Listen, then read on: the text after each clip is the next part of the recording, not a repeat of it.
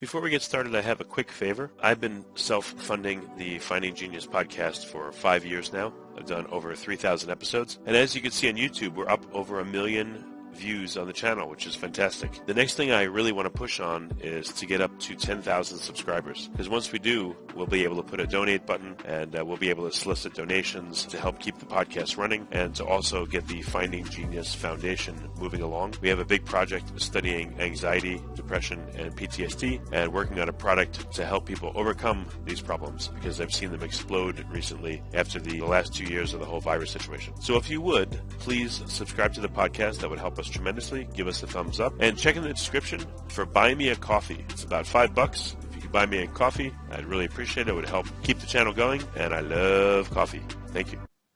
Forget frequently asked questions, common sense, common knowledge, or Google. How about advice from a real genius? 95% of people in any profession are good enough to be qualified and licensed. 5% go above and beyond. They become very good at what they do, but only 0.1% are real geniuses. Richard Jacobs has made it his life's mission to find them for you. He hunts down and interviews geniuses in every field: sleep science, cancer, stem cells, ketogenic diets, and more. Here come the geniuses. This is the Finding Genius Podcast with Richard Jacobs. Before we continue, I've been personally funding the Finding Genius podcast for 4.5 years now, which has led to 2,700 plus interviews of clinicians, researchers, scientists, CEOs, and other amazing people who are working to advance science and improve our lives and our world. Even though this podcast gets 100,000 plus downloads a month, we need your help to reach hundreds of thousands more worldwide. Please visit findinggeniuspodcast.com and click on Support Us. We have 3 levels of membership from $10 to $49 a month, including perks such as the ability to see ahead in our interview calendar and ask questions of upcoming guests, transcripts of podcasts you're interested in, the ability to request specific topics or guests, and more. Visit findinggeniuspodcast.com and click Support Us today. Now, back to the show. Hello, this is Richard Jacobs with the Finding Genius podcast. I have Ole Kristian Sivertsen.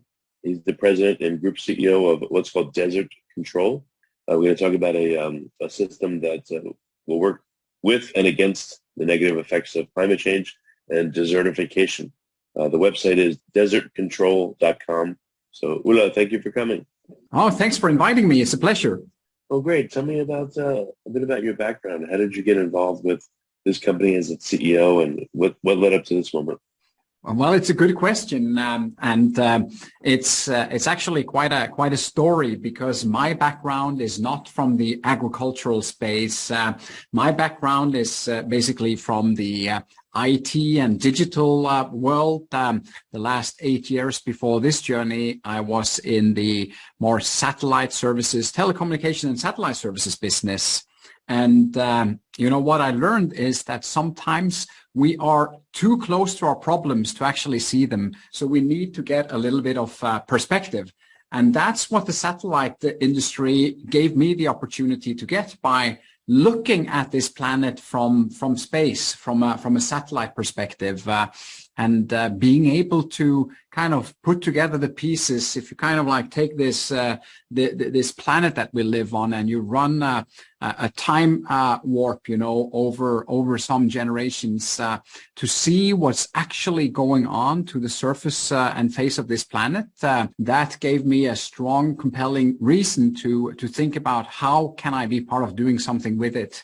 And without making it a very long answer, that combined with an experience and a journey I had in Africa, where I spent some time with an organization called Mercy Ships, who they were able to repurpose a Danish rail ferry into a floating hospital and providing hope and healing in places in the west coast of Africa, where basically all hope is lost if you even need basic medical help. And that inspired me so much to see how they could actually, reignite the hope in people who came there for their help and went back and changed the faith of entire villages. So on my way back to the US after that journey, I was just thinking about the combination of how hope is disappearing by the extreme degree of desertification, loss of fertile soil and water scarcity,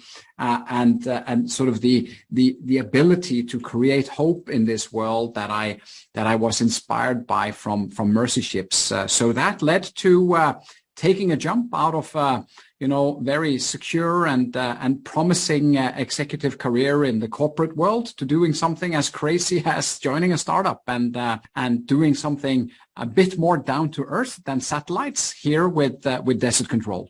Okay. Well, tell me, what's the premise of Desert Control? What are you guys doing? So the premise of Desert Control is that we are a company who has set out to make Earth green again by stopping and reversing desertification, soil degradation, and water scarcity. So the innovation that we have come up with is a way to liquefy natural materials, minerals, and clay structures into a liquid that's nearly as thin as water. This liquid can be applied to sandy soils, degraded land, and desert areas, and it will percolate into the ground by the force of gravity and bind itself to every grain of sand through that loose sandy structure, turn it into a structure more like a farming soil that retains water and nutrients just like a sponge. This liquid can also be used to not just repair or turn sort of deserted and desert areas back into fertile lands, but it can also be used to protect existing areas in exposed regions, in arid regions and areas exposed to desertification. And it can be used to reduce the water consumption and fertilizer consumption for agriculture, green landscapes, trees and forests, etc. Is it a liquid, like a liquid? Well, I guess we can describe it, but it's a liquid that you spread over your land, and it's supposed to help accomplish all these things? Yes, it is. It's a liquid that is nearly as thin as water. So you can spray it out over your land with any kind of like spraying or irrigation equipment. We are even deploying it through existing irrigation lines, drip lines, sprayers, etc. And when this liquid is applied to the top of the surface, these mineral and natural material particles and the clays that are in there, they will penetrate through the surface, even on an existing landscape. So you could basically spray it on your lawn or your farming field, and it will percolate in and go down into the root zone structure level of that soil to create this basin or this area that retains water and nutrients. Okay. I'm sure some of it's proprietary, but what can you say about the liquid? What's in it? How does it work, etc.? Yeah. So I mean, we do have a patented process. So that part is fine. And what's basically in it? The ingredients of this liquid is only natural materials, minerals and clays that are native to richer soils. So we have a process that liquefies it without the usage of any chemicals or any additional agents. It's pure natural minerals combined with water and air, and that's basically it. But it's processed through a very specific and patented process with equipment that we bring in on site to the property, the land or the farming field.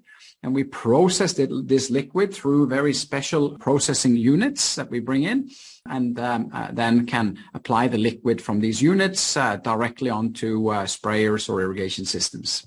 Okay. So where has this been applied out in the field yet? How are you testing it, and what have been the results? The idea for this LNC, liquid natural clay, also referred to as liquid nano clay, came about in 2005. Then it's undergone some 12 years of R&D and development and some field trials and testing sort of at the early stages. Then after 2017, when the company was officially incorporated as Desert Control, we've undergone 3 to 4 years of independent validation that was necessary because I mean, let's face it, liquid, natural clay, thin as water, you apply it to the land and you can save 50% water and turn desert into farming land. I mean, that sounds too good to be true. So what we had to do was to work with independent validation organizations. So we've worked with the International Center for Biosaline Agriculture, a research center that has done trusted third-party independent validation of this. We work with universities such as the University of Arizona that we're currently working on similar validation studies to have this independent way of getting that confirmation of the results that we had in our earlier trials. Since then, we've been active in the Middle East as our sort of initial testing market since 2018. We've deployed this to multiple pilot projects with farms, with parks and landscape areas, trees, shrubs, date palms, fruit trees, various types of vegetables. And we're now, just as we speak, growing watermelons and bell peppers in, something that was just pure desert sand in the very south of the U.S. in Yuma in Arizona.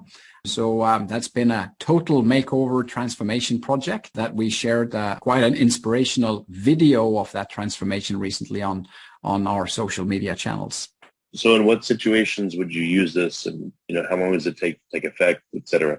Yeah. So I mean, if you have a soil that used to be healthy, that you're seeing less and less organic matter and is getting more and more sandy and dry and arid in areas with already degraded lands or sandy soils that just consume a lot of water, is the places where you would use this.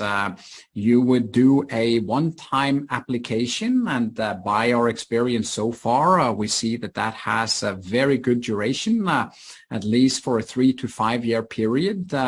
If you're tilling the land quite heavily, you may have to do a small retreatment or a top-up or booster shot after the 4th year maybe. But those are some examples of where you would consider using it and the impact of it over time. I mean, it sounds like you need, quite a lot of the substance. You have to mix it with water and then spray it over fields. Do you need tons of it for a given application, or how much is needed? Well, we have a very, very unique process of utilizing the materials in a very good way. So if you think about sort of using typical clays, for example, in agricultural soil, that's something that's been, done in various parts of the world for thousands of years, I think. But you need a lot in the traditional way. You need a lot of the material. You need a lot of clay to get a good water holding capacity into a sandy soil. Reference volumes of the materials that you've been needing has been to up to 100 kilograms of clay per square meter or cubic meter of land. But thanks to the unique nano processing that we are using, we're able to actually destructure the mineral composition in a way that allows us to get the same results and even better results by using less than 1 kilogram. So from 100 to less than 1 kilogram per square meter of cubic of soil. And that's the real disruptive, unique part of our technology that also helps to make this scalable, easy to apply, because you don't need these enormous amounts of the raw materials. And as you also process it into a liquid, it's very easy to deploy it because it's a non-intrusive way. You don't need to remove the surface vegetation. It will percolate in by the force of gravity. So those are some of the benefits on this. If, let's say, some remote farm or some place that is connected to infrastructure really well needs to put this on their fields, how would it be transported? Is it transported as like a dry powder and then mixed? Or how would it be applied, again, in bulk and transported to the site where it needs to be used? Yeah, yeah. So we have our processing units. We have a small unit that's just basically a trailer that you pull behind a pickup truck. And we have some larger units for larger fields and larger areas that are in the shape, size of a 20-foot container. We bring that in. We bring in highly concentrated dried materials, so the minerals and the clays, so that it's easy to transport. And then we add the water that we need and process it on site and then deploy it to the fields. So what kind of a field would need this? Does it work on just desert, or does it work on degraded fields, or where is it ideal to apply it?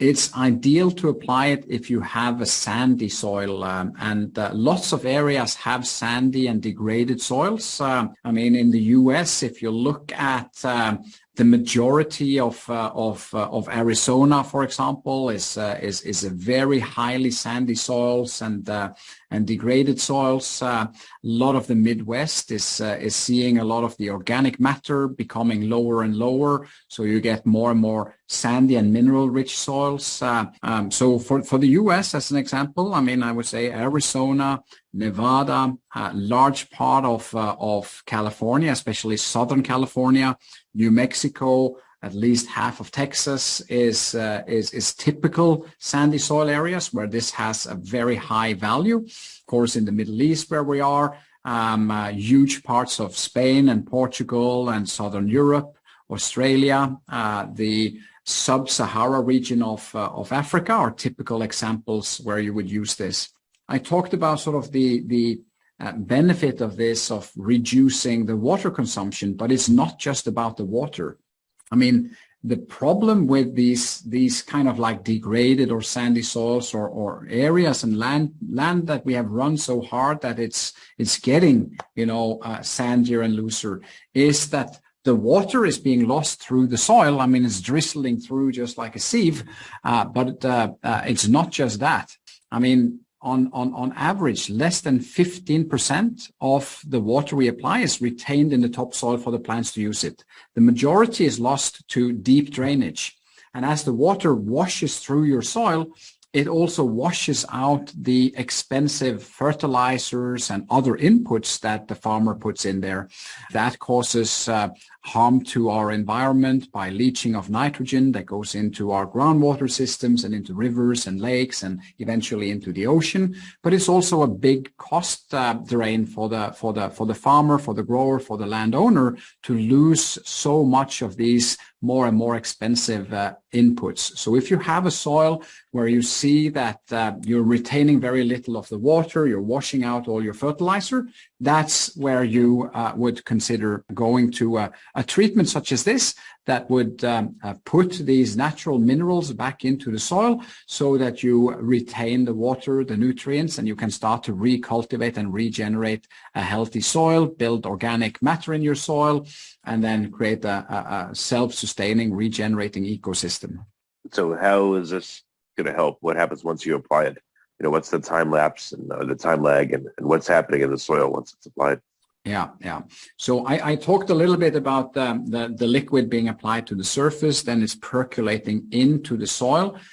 What's basically happening is that you're coating every grain of sand throughout your soil structure with a nano-thick layer of these minerals that have an opposing charge to the water molecules, so that you will basically, just like the magnetic effect, hold on and keep and retain that water in your soil structure.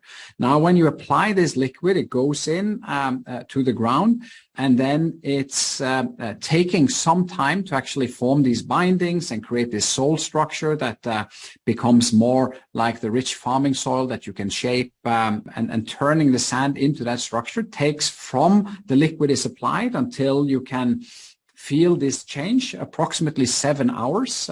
And thereafter, you can immediately start to reduce the water consumption, the amount of irrigation water you apply, to between 30 to 50%, a little bit depending on the soil start point and the treatment that we apply. So it's got an immediate impact to help reduce the water consumption and similarly reduce the washout of fertilizers and other inputs. So how many times does it need to be applied, and how long does the effect last on a given bit of soil? Our experience so far is a one-time application, will last for 3 to 5 years.